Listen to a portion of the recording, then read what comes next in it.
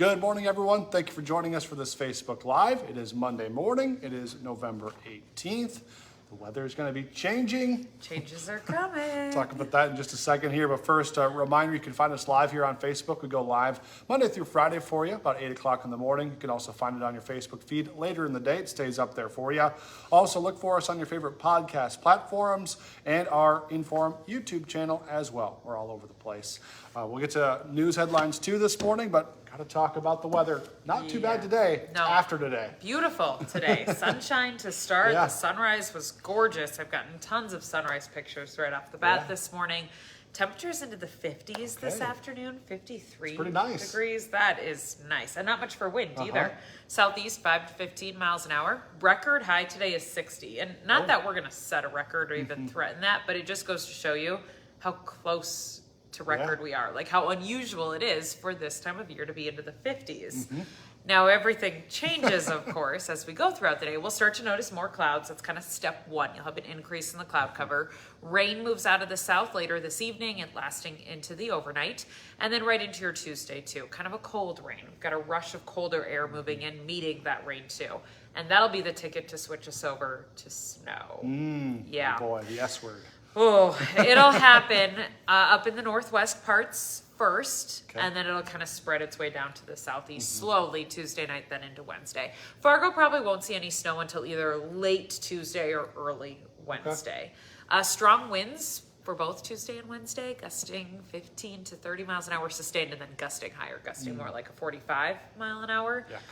Where that meets the falling snow, visibility could be an issue. Slippery, kind of slushy roads too. Some of the question marks with this are pavement temperatures, how much melting on impact, when does the colder air meet the rain, and where. All of that leads to your snowfall forecast. And so it's kind of a tricky one. You got to keep checking back with us for the latest snowfall forecast. Otherwise, because of all of this, a winter storm watch was issued early this morning, the first one of the season.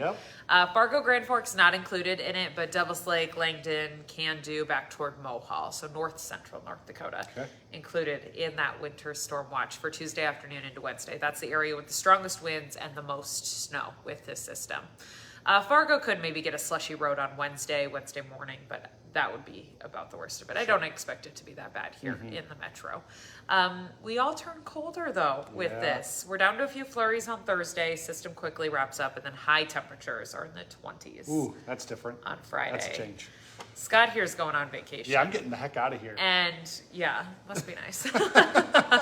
And when you get back, it will feel nothing like where you're going or what we've been feeling lately. I'm going to Florida, so it's going to be a little different when I get back. A little bit. Highs will be in the 20s Friday, Saturday. I know, that's like winter coat weather. That's not light jacket weather anymore. That's put on your winter coat or run from the car door to the house to the office store. Seated heats are heated seats. I say that all the time too. I'm so glad you said that. Words are hard. Because I have said that on TV before, and I always feel so silly. Seated heats. I don't know why it comes out that way. Everyone knew what I meant. Heated seats. Yeah. Start the car early. Yes. Yeah, all the things. All of those things. I put my winter safety kit in my car. Not that I'm gonna need it. Yeah, but up to the north, though, if you're traveling, come Wednesday, it's just a sign of the times, is what I'm saying, a sign of the season. I put my snow brush thing, that's in the car. This weekend I was at Ruhala. I saw the train coming to town. It must have come from western North Dakota. There was a bunch of snow. That is also interesting when you see like a semi or a train come with snow on it, and you're like, oh, where did you come from? Yep, must have came from out west. Yeah, that snow is possible this time of year. Okay, big changes throughout the week. Keep checking back with us. A snow forecast really is never done because of all those question marks. Track, timing, placement of the cold air, melting on impact. Also the compaction of the snow itself because it's that heavier, wetter snow. And so as it piles down, that kind of changes how much snow you measure. So that can change the snow forecast too, or at least the snow reports. So keep checking back with us. I know that's kind of annoying. And then your Storm Tracker app too is a great tool. We have meteorologists updating the videos on there several times throughout the day. So, okay, that's all. Thanks. Sounds good. Lydia, thank you very much. Appreciate it, even though it's kind of bad news. But All right, happening today, the final interviews in the search for the next Grand Forks police chief. 5 finalists, including 3 current Grand Forks police officers, a UND Police Patrol commander who's also a Grand Forks City Council member, and then the last person is a police captain and SWAT commander that's from Madison, Wisconsin. City's HR director says she hopes that we'll know who the new police chief is by the end of the day tomorrow. So, of course, stick with us and we'll let you know as soon as we get that news. Today, jury selection begins for the trial of 2 men charged with human smuggling. It led to the death of a family of 4 from India. The men are accused of dropping the Patel family off to walk across the U.S.-Canadian border during a snowstorm. The parents and then also an 11-year-old, a 3-year-old child both died, 4 people total. The Royal Canadian Mounted Police found their bodies in a field about 40 feet from the Minnesota border.